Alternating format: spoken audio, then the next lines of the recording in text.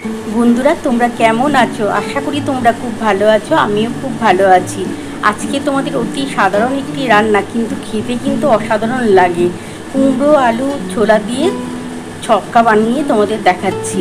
আর এটা কিন্তু লুচি পরোটা রুটির সাথে চমৎকার খেতে হয় বন্ধুরা। তোমরা বাড়িতে অবশ্যই করে খেও। চলো বন্ধুরা, রান্নাটা শুরু করা যাক। আর আমি কি কি নিয়েছি তোমরা দেখে নাও। আমি নিয়েছি কুমড়ো, আলু, ছোলা, টমেটো, তেজপাতা, কাঁচা লঙ্কা আর 5 ফোড়ন দিয়ে এটা তৈরি করব। চলো বন্ধুরা, এবার রান্নাটা শুরু করা যাক। ছোলাটা কিন্তু আমি আগে থেকেই সিদ্ধ করা আছে।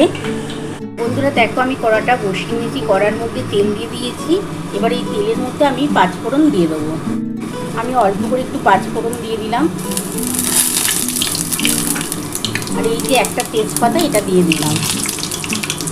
এবার আমি আলু আর কুমড়োটা দিয়ে দেবো।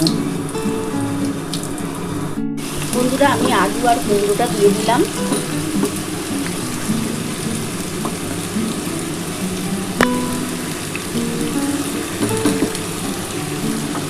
এটা খুব ভালো করে কিন্তু ভাজতে হবে।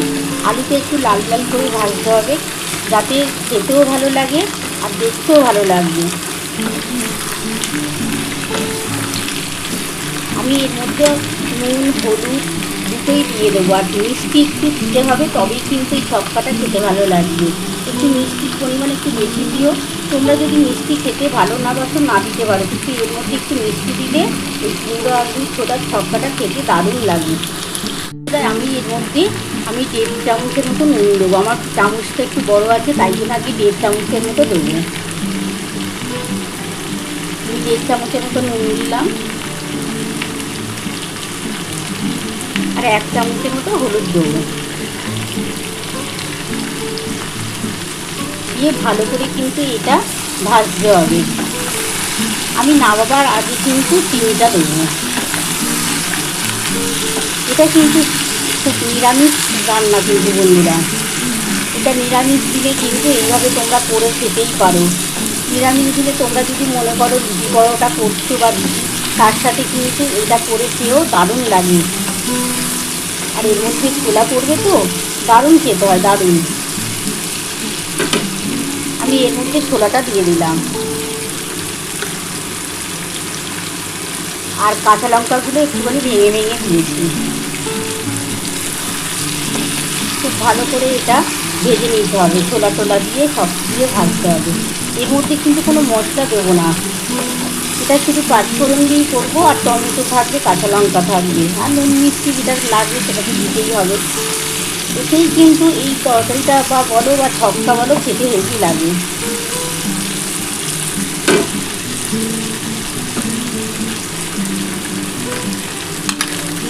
বন্ধুরা দেখো, আমার কিন্তু মোটামুটি ভাজা হয়ে গেছে। দেখো, এই যে আলুটা খুব সুন্দর লাল লাল করে ভাজা হয়ে গেছে। ছোলাটাও কিন্তু ভাজা কমপ্লিট হয়ে গেছে। মানে পুরোটাই আমার ভাজা কমপ্লিট হয়ে গেছে। এবার আমি টমেটোটা দিয়ে দেবো। যে একটা টমেটো কুটেছিলাম, এই টমেটোটা দিয়ে দিলাম।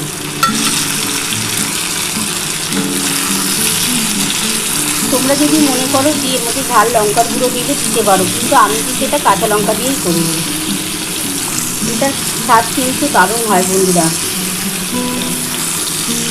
এবার আমি জল ঢেলে দেবো, দিয়ে তারপর আমি একটু মিষ্টি দেবো। টমেটোটা দিয়ে একটুখানি ভেজে নিয়ে আমি কিন্তু জল ঢালবো। দিয়ে আমি অল্প করে মিষ্টি দেবো। তোমরা তোমাদের পরিমাণ মতন মিষ্টি দেবে। তোমরা যতটা মনে হবে যে মিষ্টি খাওয়ার দরকার আছে দিও। আমরা অল্প একটু মিষ্টি দিয়েই খাই।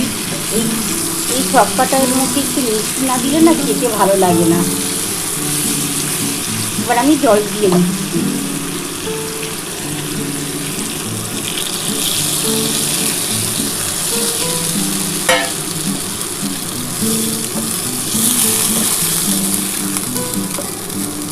এবার আমি এর মধ্যে চিনি দিয়ে দেবো।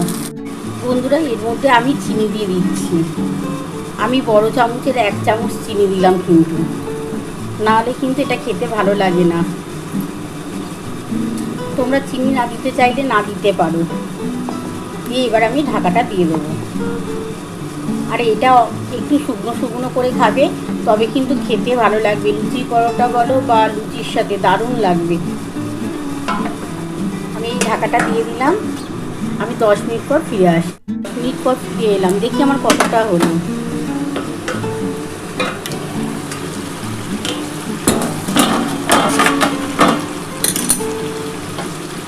দেখি আমার কতটা হলো।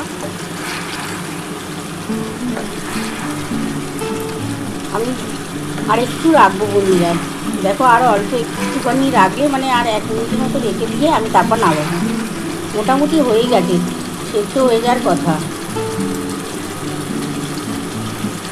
সেদ্ধ হয়ে গেছে। আমি এই অবস্থাতে এবার নামিয়ে নিচ্ছি বন্ধুরা, দেখো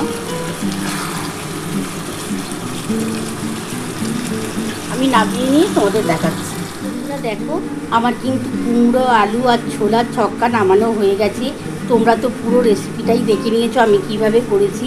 তোমরা প্লিজ বাড়িতে এইভাবে করে খেও, দেখো খুবই খেতে ভালো লাগে। এটা লুচি পরোটা রুটির সাথে চমৎকার খেতে হয় বন্ধুরা, তোমরা বাড়িতে করে খেও।